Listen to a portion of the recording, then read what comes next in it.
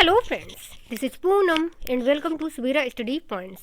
तो फ्रेंड्स, आज हम डिस्कस करेंगे कुछ प्रैक्टिस क्वेश्चन और आप लोग अपनी तैयारी को भी जांच लीजिए। इसके अलावा सीडीपी के सारे पीडीएफ हमने Telegram per unit wise upload कर दिए हैं, तो आप लोग वहां से पीडीएफ को डाउनलोड कर सकते हैं और इजीली रिवाइज भी कर सकते हैं। तो चलिए फ्रेंड्स, शुरू करते हैं। इसके अलावा यदि आप चैनल पर नए हैं तो चैनल को सब्सक्राइब कर लें एंड वीडियो को भी लाइक एंड शेयर कर दीजिए। तो चलिए फ्रेंड्स, देखते हैं पहला क्वेश्चन। और पहला क्वेश्चन है यहाँ पर, बच्चों में अवधारणा निर्माण की प्रक्रिया कब प्रारंभ होती है? उत्साह के बीच अंतर करने में सक्षम हो, अच्छी भाषा सीखने में सक्षम हो, 5 वर्ष का हो गया हो, या फिर उपरोक्त सभी। तो यहाँ पर बात की जा रही है कि बच्चों में अवधारणा निर्माण की प्रक्रिया कब प्रारंभ होती है। तो किसी भी अवधारणा का यदि हमें निर्माण करना है तो उत्साह के बीच अंतर करने में सक्षम होना चाहिए, मतलब होगा, तभी वह किसी न किसी अवधारणा का निर्माण कर पाएगा। और अच्छी भाषा को भी सीखने में सक्षम हो। इसके अलावा 5 वर्ष का हो गया हो, यानी कि 5 वर्ष तक होते होते बच्चे में काफ़ी सारी चीज़ें विकसित हो जाती हैं और वह भाषा में आदि चीज़ों में सक्षम भी हो जाता है। तो यहाँ पर जो हमारा ऑप्शन है उपरोक्त सभी सही हो जाएगा। उसके बाद हम देख लेते हैं अगला क्वेश्चन। और अगला क्वेश्चन है, एक अच्छी शिक्षण सहायक सामग्री की अविभाज्य विशेषता क्या है? कम लागत, लोकप्रिय, अधिकतम ज्ञानेंद्रियों की भागीदारी, संभालने में आसान। तो यहाँ पर सहायक सामग्री की अविभाज्य विशेषता पूछी गई है, यानी कि क्या विशेषता होनी चाहिए या क्या विशेषता है एक अच्छी शिक्षण सामग्री की। तो कम लागत की हो, लोकप्रिय हो और अधिकतम ज्ञानेंद्रियों की भागीदारी हो, संभालने में आसान हो। तो जो सबसे बेहतर आंसर रहेगा हमारा वो ये वाला रहेगा कि अधिकतम ज्ञानेंद्रियों की भागीदारी हो। यानी कि जब भी हम बच्चों को कोई चीज़ें सिखा रहे हैं तो जितना ज़्यादा वह ज्ञानेंद्रियों से एक्टिव रहेंगे उतना ही ज़्यादा वह चीज़ों को सीख पाएंगे। यानी कि ज्ञानेंद्रियों की भागीदारी उसमें ज़्यादा से ज़्यादा होनी चाहिए एक अच्छी शिक्षण सामग्री में। तो ऑप्शन हमारा तीसरा वाला सही हो जाएगा। अगले क्वेश्चन की बात करें तो अगला क्वेश्चन है, बच्चों को प्रोत्साहित करने का गलत तरीका है? उनको सजा देना, प्रशासन और संतुलन बनाकर रखना, और उनके ज्ञान का विकास करना, और प्रतिस्पर्धा। तो यहाँ पर भी गलत तरीका पूछा गया है तो हमें सबसे बेहतर आंसर ढूंढना होता है। वैसे प्रतिस्पर्धा भी ठीक नहीं है और उनका विकास करना ये तो सही है मान लो, क्योंकि हमें प्रोत्साहित करना है तो उनके ज्ञान का हमें विकास करना है। प्रशासन और संतुलन बनाकर रखना और उनको सजा देना, तो कभी भी हमें बच्चों को सजा दे करके प्रोत्साहित नहीं करना है, ये एक गलत तरीका है, मतलब बच्चों को दंडित नहीं करना है। तो ऑप्शन हमारा पहला वाला सही हो जाएगा। उसके बाद जो अगला क्वेश्चन है, पाठ योजना का क्लासिकल प्रारूप है? ऑप्शन है हर्बर्ट सोपान, हिलाटावा सोपान, हिलगार्डियन सोपान, हावर का सोपान। तो हमने जब पाठ योजना पढ़ाई थी तो उसमें बताया था कि जो पाठ योजना का प्रारूप प्रस्तुत किया था हर्बर्ट ने। तो ऑप्शन हमारा पहला वाला सही हो जाएगा। और अब हम देख लेते हैं अगला क्वेश्चन। और हमारा अगला क्वेश्चन है, ग्रेप वाइन संप्रेषण पद का अर्थ है? तो ग्रेप वाइन एक कम्युनिकेशन होती है जो अनौपचारिक रूप से होती है, तो इसको आप लोग याद रखेंगे। यानी कि ग्रेप वाइन संप्रेषण या ग्रेप वाइन कम्युनिकेशन के बारे में यदि पूछा जाए तो ये आता है अनौपचारिक संप्रेषण के अंतर्गत, यानी कि ऑप्शन हमारा सेकेंड नंबर सही हो जाएगा। अब हम देख लेते हैं अगला क्वेश्चन। और हमारा अगला क्वेश्चन है, जब पिछले स्थिति की तुलना में नए स्थिति में पढ़ाना आसान हो जाता है तो उसे क्या कहते हैं? शिक्षा में आया सकारात्मक बदलाव, शिक्षा में आया पूर्ण बदलाव, या फिर नकारात्मक बदलाव, या इनमें से कोई भी बदलाव नहीं। तो कभी भी जब पहले कुछ पढ़ाया गया है और उसी से रिलेटेड, या फिर जब भी हम कुछ नया सीख रहे हैं तो जो हमने पहले सीखा था और कुछ नया सीखने में हमें मतलब पिछला वाला हेल्प करे, यानी कि आसान हो जाए नई चीज़ों को सीखना, तो ये होता है शिक्षा में आया सकारात्मक बदलाव, यानी कि ऑप्शन हमारा पहला वाला सही हो जाएगा। अब हम देख लेते हैं अगला क्वेश्चन। हमारा अगला क्वेश्चन है, निम्नलिखित में क्या उपलब्धि परीक्षण का उद्देश्य नहीं है? यह जानना कि छात्रों ने क्या सीखा है। तो जब भी हम कोई परीक्षण करेंगे तो ये जानने के लिए किया जाता है कि छात्रों ने क्या सीखा है, या फिर वह किन किन क्षेत्रों में कमज़ोर है। इसके अलावा छात्रों को तेज, कमज़ोर और औसत वर्ग में बांटना, या फिर शैक्षिक लक्ष्यों की प्राप्ति का पता लगाना। तो यहाँ पर उद्देश्य नहीं पूछा गया है, यानी कि क्या उपलब्धि परीक्षा का मतलब उद्देश्य नहीं है। तो लक्ष्यों की प्राप्ति का भी हमें पता लगाना होता है, छात्रों ने क्या सीखा है या फिर कहाँ पर उन्हें कठिनाइयाँ हो रही हैं, कहाँ पर वे कमज़ोर हैं। तो इन सभी चीज़ों का हम पता लगाते हैं एक परीक्षा के दौरान। तो इसमें नहीं वाला पूछा है, यानी कि हमें कभी भी छात्रों को तेज, कमज़ोर या औसत वर्ग में बांटना नहीं है। तो ऑप्शन हमारा तीसरा वाला ही सही हो जाएगा, क्योंकि नहीं वाला पूछा गया है। अब हम आगे बात कर लेते हैं अगले क्वेश्चन की, और हमारा अगला क्वेश्चन है व्यक्तित्व मापन की। यहाँ पर मापन होगा व्यक्तित्व मापन की वह विधि जिसमें व्यक्ति के अचेतन मन का प्रयोग किया जाता है, क्या कहलाता है? उद्देश्यात्मक विधि, व्यक्तिपरक विधि, प्रक्षेपी विधि या फिर मनोवैज्ञानिक विधि। तो जब भी हमें व्यक्तित्व का मापन करना होता है, मतलब जिसमें अचेतन मन का प्रयोग किया जाए, तो ऐसी विधि कहलाती है प्रक्षेपी विधि। तो इसको आप लोग याद रखेंगे। और उसके बाद हम देख लेते हैं अगला क्वेश्चन, एंड हमारा अगला क्वेश्चन है मंदबुद्धि बालकों के संबंध में इनमें से कौन सा कथन सही नहीं है? तो सबसे पहले तो हमें ये ध्यान देना होता है कि यहाँ पर सही नहीं वाला पूछा गया है, यानी कि मंदबुद्धि बालकों के संबंध में क्या सही नहीं है। तो जो मंदबुद्धि बालक होते हैं उनमें सामान्यीकरण की योग्यता का अभाव होता है, ये सही है, और हमें नहीं वाला बताना है। तो ये वाला हमारा आंसर नहीं रहेगा। उसके अलावा उन्हें अमूर्तीकरण करने में भी कठिनाई होती है। अमूर्तीकरण करने से मतलब होता है कि किसी भी चीज़ के बारे में सोचना, जो चीज़ सामने ना हो तो उसके बारे में उन्हें सोचने में कठिनाई होती है, या किसी भी तरीके से जो चीज़ सामने नहीं है उनमें विचार करने में उन्हें कठिनता आती है। तो ये भी सही है, इसलिए हमारा आंसर ये भी नहीं रहेगा। इसके अलावा उनकी संप्रेषण योग्यता भी खराब होती है, तो ये भी सही है, इसलिए हमारा ऑप्शन ये भी सही नहीं होगा। और वह कारण प्रभाव संबंध को समझ सकते हैं, तो उन्हें कारण प्रभाव को समझने में भी कठिनता आती है, और जबकि यहाँ पर बोला गया है कि वह कारण प्रभाव को समझ सकते हैं, इसलिए जो हमारा ऑप्शन है यही वाला सही हो जाएगा, तीसरा वाला ऑप्शन।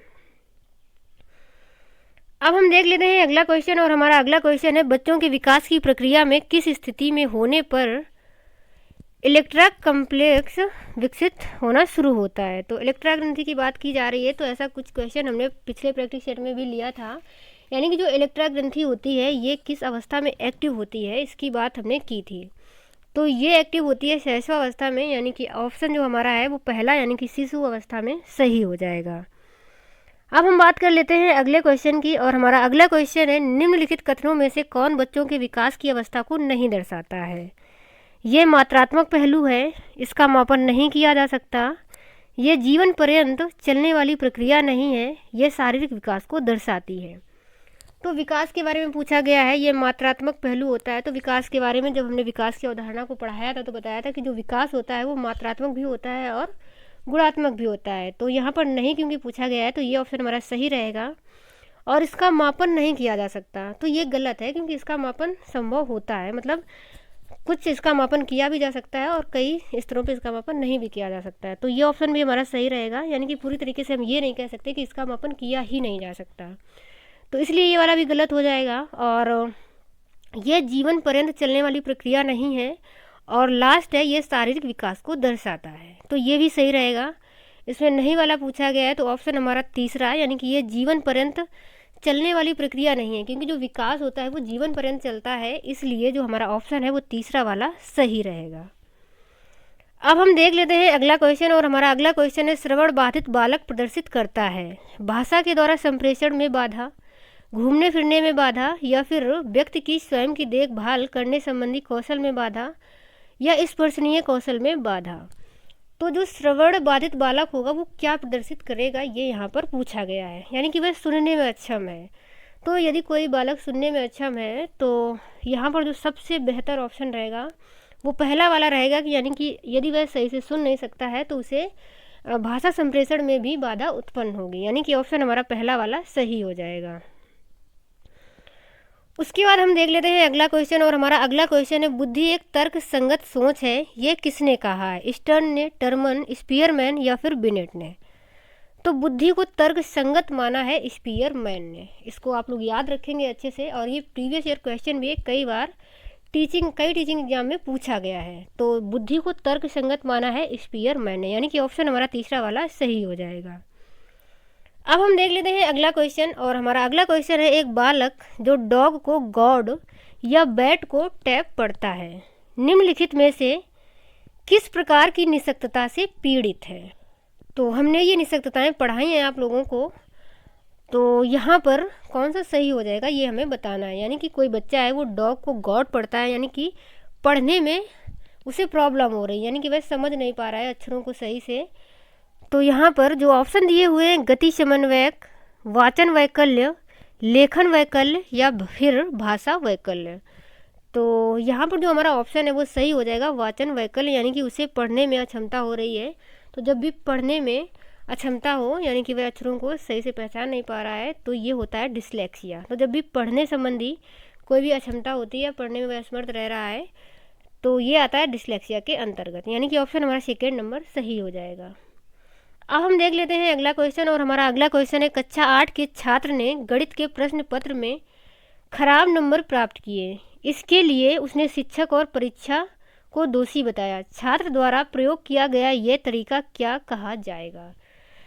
ऑप्शन है प्रोजेक्शन, युक्तकरण, क्षतिपूर्ति या फिर दबाव। तो ऐसी कंडीशन में युक्तकरण होता है, यानी कि जब भी कभी ऐसी कंडीशन हो कि कोई चीज़ आप पा नहीं सके तो दूसरे को दोषी बता दिया, तो दूसरे को दोषी बताना ये आता है युक्तकरण के अंतर्गत, यानी कि ऑप्शन हमारा सेकेंड नंबर सही हो जाएगा। अब हम देख लेते हैं अगला क्वेश्चन, और हमारा अगला क्वेश्चन है विकलांगता जो एक बालक की हस्तलेख योग्यता और सूक्ष्म प्रेरक कौशल को प्रभावित करते हैं, तो क्या होगा? डिस्लेक्सिया, डिस्ग्राफिया, डिस्कैल्कुलिया या फिर डिस्पेजिया। तो यहाँ पर हस्तलेख या सूक्ष्म प्रेरक कौशल की बात हो रही है, तो जब भी लिखने संबंधी जो अक्षमता होती है वो आती है डिस्ग्राफिया के अंतर्गत, तो ऑप्शन हमारा सेकेंड नंबर सही रहेगा। यहाँ पर जो डिस्लेक्सिया होती है पढ़ने संबंधी अक्षमता होती है, अभी मैंने पिछले क्वेश्चन में बताया, और डिस्कैल्कुलिया गणित संबंधी अक्षमता, और डिस्पेजिया जो होती है भाषा संबंधी होती है। तो यहाँ पर जो हमारा ऑप्शन है वो सेकेंड नंबर सही हो जाएगा। अब हम देख लेते हैं अगला क्वेश्चन, एंड हमारा अगला क्वेश्चन है हस्तकला की शिक्षा को दिया जाना चाहिए प्रतिभाशाली बच्चे को, रचनात्मक बच्चे को, पिछड़े बच्चों को या फिर दलित बच्चों को। तो जो हस्तकला की शिक्षा है वो हमें देनी है पिछड़े बच्चों को। यहाँ पर दलित बच्चे और पिछड़े बच्चों में कंफ्यूज नहीं होना है, क्योंकि पिछड़े बच्चों के अंतर्गत ही सारे दलित बच्चे या फिर जो भी अनुसूचित जाति जनजाति या जो भी गरीब बच्चे हैं, पिछड़े बच्चे हैं, किसी न किसी भी कारण से पिछड़ गए हैं, वो सारे इसी के अंतर्गत आ जाएंगे। इसलिए जो हमारा ऑप्शन है वो तीसरा वाला सही हो जाएगा। अब हम देख लेते हैं अगला क्वेश्चन, और अगला क्वेश्चन है शैक्षिक मनोवैज्ञानिक शैक्षिक विकास का व्यवस्थित अध्ययन है, ये कथन किसका है? तो ये कथन काफ़ी इम्पोर्टेंट है, कई बार कई एग्जाम्स में पूछा गया है, इसलिए इसको भी आप लोग याद रखेंगे। और ये कहा है J.M. स्टीफन ने, यानी कि ऑप्शन हमारा थर्ड नंबर सही हो जाएगा। अब हम देख लेते हैं अगला क्वेश्चन, और हमारा अगला क्वेश्चन है भूख और प्यास की सुरक्षा सभी के उद्देश्य के लिए महत्वपूर्ण है, यानी कि जो भूख और प्यास की सुरक्षा होती है ये कृत्रिम उद्देश्य होता है, उपार्जित होता है, सामाजिक होता है या फिर प्राकृतिक होता है। तो जो भूख और प्यास है ये कृत्रिम नहीं होता है, ना ही उपार्जित होता है, ना ही सामाजिक होता है, क्योंकि जो भूख और प्यास है वो तो प्राकृतिक यानी कि नेचुरल है। भूख और प्यास सभी को लगती है नेचुरल ढंग से, यानी कि ऑप्शन हमारा 4 नंबर सही हो जाएगा।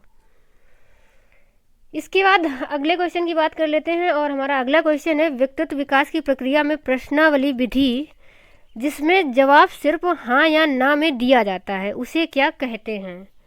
बंद प्रश्नावली, खुली प्रश्नावली, मिश्र प्रश्नावली या फिर सचित्र प्रश्नावली। तो जब भी ऐसे क्वेश्चन की बात हो जिसका आंसर हाँ या ना में देना हो, यानी कि उसका आंसर या तो हाँ होगा या ना होगा, तो उसमें ज़्यादा सोच विचार नहीं करना है, ना ही हमें आंसर को ढूंढने में कोई कठिनाई आने वाली है। यदि पता है तो हाँ, यदि नहीं पता है तो फिर ना ही। तो जब भी ऐसे क्वेश्चन की बात होती है तो वो आता है बंद प्रश्नावली, यानी कि उसके कई सारे आंसर नहीं हो सकते, या तो हाँ है या तो ना है में ही जवाब होगा। तो ये आएगा बंद प्रश्नावली, यानी कि ऑप्शन हमारा पहला वाला सही हो जाएगा। अब हम बात कर सकते हैं अब हम बात कर लेते हैं अगले क्वेश्चन की, और हमारा अगला क्वेश्चन है एक विज्ञान के शिक्षक ने शैक्षणिक सत्र के आरंभ में एक ग्रामीण विद्यालय में कार्यभार संभाला। उन्हें निम्नलिखित में से कौन से परीक्षण का प्रयोग करना चाहिए? परिस्थितिगत, नैदानिक, उपलब्धि या फिर बास्केट परीक्षण। तो यहाँ पर मतलब कोई शिक्षक है और वहाँ पर मतलब उसने ग्रामीण विद्यालय में कार्यभार संभाला है, तो सबसे पहले वह किस प्रकार के परीक्षण को करेगा? तो जब भी आप पढ़ाने जाते हैं या पढ़ाना स्टार्ट करते हैं तो सबसे पहले आपको क्या करना है? नैदानिक परीक्षण, यानी कि बच्चों को कहाँ पर समस्याएं आ रही हैं या फिर बच्चे क्या जानते हैं, तो वो सब हमें परीक्षण के दौरान पता करना है, क्या क्या उनकी समस्याएं हैं, कहाँ पर उनकी कमजोरियां हैं। तो ये सारी चीज़ें एक नैदानिक परीक्षण के अंतर्गत की जाती हैं। तो जब आप उन समस्याओं का निदान करेंगे, उसके बाद फिर उन समस्याओं को ध्यान में रखते ही आप पढ़ाएंगे। इसलिए सबसे पहले एक शिक्षक को नैदानिक परीक्षण करना है, यानी कि ऑप्शन हमारा सेकेंड नंबर सही हो जाएगा। और हमारा अगला क्वेश्चन है, बच्चों के विकास के चरण में बच्चे विपरीत सेक्स की ओर अधिकतम आकर्षित किस उम्र में होते हैं? शिशु अवस्था में, बचपन में, किशोरावस्था में या फिर वयस्क अवस्था में? तो इसको भी जब हमने किशोरावस्था को डिस्कस किया था तो आप लोगों को बताया था कि जो बच्चे विपरीत सेक्स की तरफ आकर्षित होते हैं ये होता है किशोरावस्था में, यानी कि ऑप्शन हमारा तीसरा नंबर सही हो जाएगा। अब हम बात कर लेते हैं अगले क्वेश्चन की। एंड हमारा अगला क्वेश्चन है, भौतिक का प्रयोग करने के लिए एक विज्ञान प्रयोगशाला में अनिवार्य रूप में क्या होना चाहिए? गैस कनेक्शन, जल निकासी प्रणाली, प्राकृतिक रोशनी और संवादन की उपलब्धता, प्रदर्शन मेज।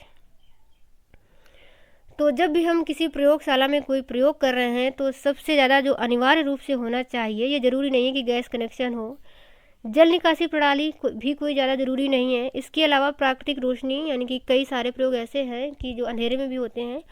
तो जो यहाँ पर हमारा ऑप्शन है वो सही हो जाएगा, प्रदर्शन मेज, यानी कि ऑप्शन हमारा 4 नंबर सही रहेगा।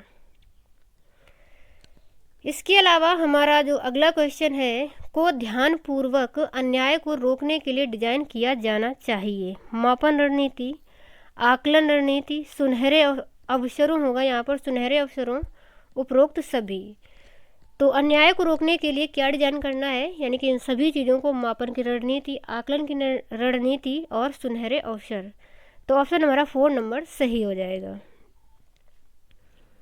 अब हम देख लेते हैं अगला क्वेश्चन। एंड हमारा अगला क्वेश्चन है, एक चयनित क्रियात्मक प्रश्नों को छात्रों द्वारा फिर खाली स्थान है की आवश्यकता होती है। तो चयनित प्रक्रिया की बात हो रही है, यानी कि किसी भी चीज़ का यदि आपको चयन करना है तो ऐसे में छात्रों को क्या आवश्यकता होगी? सही जवाब का निर्माण करने में, क्योंकि यहाँ पर चयन करना है तो निर्माण की बात नहीं हो रही। कई संभावनाओं से सही, तो कई संभावनाएं हमें नहीं दिखानी, हमें सिर्फ चयन करना है। सही जवाब पहचानने और सही जवाब को विस्तृत करने, विस्तृत होगा यहाँ पर, सही जवाब को विस्तृत करने। तो यहाँ पर क्योंकि चयन प्रक्रिया की बात हो रही, चयनित करना है, इसलिए हमें सही जवाब को पहचान करके उसको चयन करना होगा। इसलिए ऑप्शन हमारा तीसरा नंबर सही हो जाएगा। एंड अगला क्वेश्चन है, आरटीई अधिनियम 2009 के विद्यालय विकास योजना तैयार करने का उत्तरदायित्व किसका होता है? तो इसको भी हमने बताया था जब हमने आरटीई 2009 को पढ़ाया था। तो हमने बताया था कि जो विद्यालय विकास योजना होती है इसको तैयार करने का उत्तरदायित्व होता है विद्यालय प्रबंधन समिति का। तो ऑप्शन हमारा 4 नंबर सही हो जाएगा। अब हम देख लेते हैं अगला क्वेश्चन। एंड हमारा अगला क्वेश्चन है, निम्नलिखित में कौन एक संज्ञानवादी विचारक नहीं है? डेविड ऑस्वेल, जेरम ब्रूनर, टॉलमैन या फिर अल्बर्ट बंडूरा। तो कौन संज्ञानवादी नहीं है? यहाँ पर जो डेविड ऑस्वेल हैं ये संज्ञानवादी हैं, टॉलमैन भी संज्ञानवादी हैं और साथ ही अल्बर्ट बंडूरा भी संज्ञानवादी हैं। तो यहाँ पर जो हमारा ऑप्शन है वो सही हो जाएगा, जेरम ब्रूनर, यानी कि जो जेरम ब्रूनर हैं ये हैं एक रचनावादी। तो ऑप्शन हमारा सेकेंड नंबर सही हो जाएगा। तो चलिए फ्रेंड्स, आज की वीडियो में हम इतना ही रखते हैं और आगे भी क्वेश्चन है इनको हम अगले वीडियो में डिस्कस करेंगे। तो आगे मिलेंगे अगले वीडियो में, तब तक के लिए bye bye and take care.